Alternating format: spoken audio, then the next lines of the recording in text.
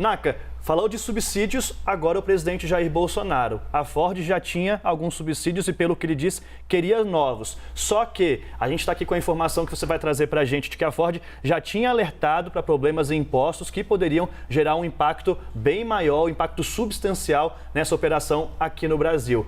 No setor, o que se diz é que a empresa tinha mais de R$ 1 bilhão em processos tributários. Isso também pegou?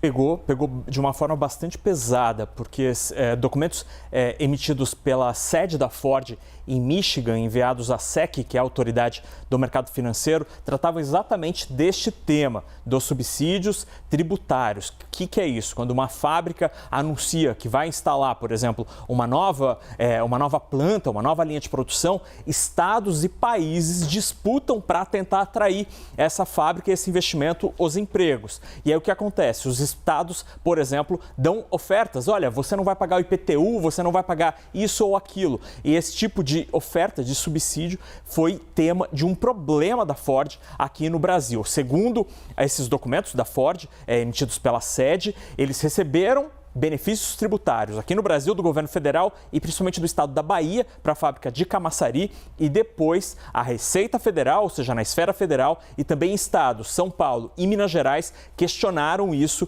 primeiro na esfera administrativa, ou seja, em órgãos do tipo Receita Federal, mas também na Justiça. E segundo a Ford, o desenvolvimento os desdobramentos desses processos poderiam gerar então impacto substancial negativo em termos financeiros ou operacionais. Essa questão é bastante importante porque a indústria automotiva sempre no Brasil se instalou após a oferta de subsídios desse tipo. Impostos que são reduzidos, que são cortados para atrair as empresas. Neste momento, os governos de São Paulo, Bahia e Ceará, onde ficam as 3 fábricas da Ford, já começam a se mexer para tentar atrair ou mesmo manter a Ford nessas localidades. E a oferta, ou a tentativa de atração de novas empresas para essas fábricas, mais uma vez, deve acontecer com a oferta de subsídios. Só que, atualmente, estados e o governo federal não têm dinheiro para oferecer como incentivo a essas empresas.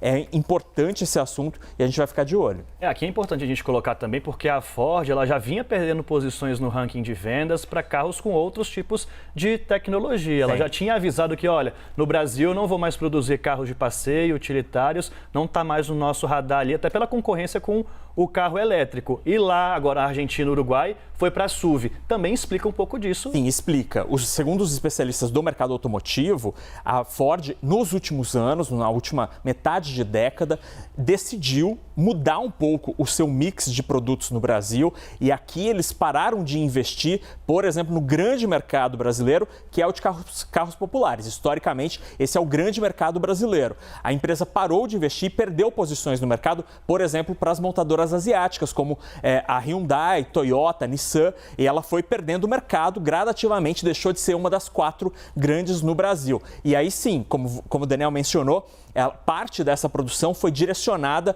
para a Argentina e para o Uruguai. Por exemplo, o presidente da Ford para a América do Sul anunciou no finalzinho do ano passado, em dezembro, para o presidente Alberto Fernandes na Argentina, um investimento de mais de 500 milhões de dólares, mais de $500 milhão para reforçar e modernizar a planta lá, que exporta basicamente para o Brasil, picapes para o Brasil. Naka, obrigada. A gente continua repercutindo esse assunto. Vamos conversar com o Igor Gadelha. Igor, então, nesse vídeo que a gente mostrou agora há pouco do presidente Jair Bolsonaro, que já foi para cima da Ford, né, em um tom completamente diferente da equipe econômica, falando que eles queriam novos subsídios, que faltou, então, a Ford falar a verdade.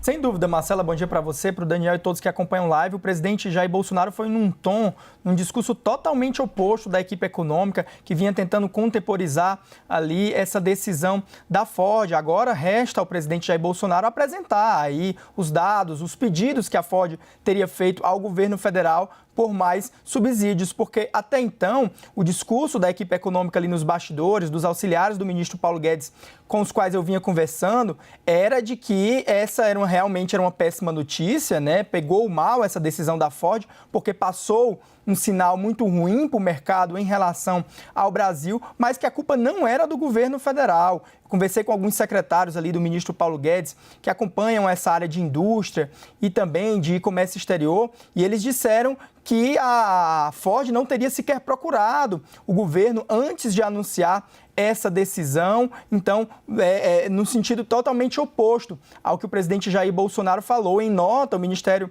da Economia até falou oficialmente que a decisão da Ford destoava da maioria do mercado que vinha, né, fazendo investimentos aqui no Brasil. Agora, o discurso a partir de agora, ali na equipe econômica, depois dessa decisão já tomada da Ford, é que, embora a decisão seja negativa, ela deve ser usada como argumento pelo governo para defender a abertura comercial e também a necessidade de aprovação da reforma tributária que está parada lá no Congresso Nacional.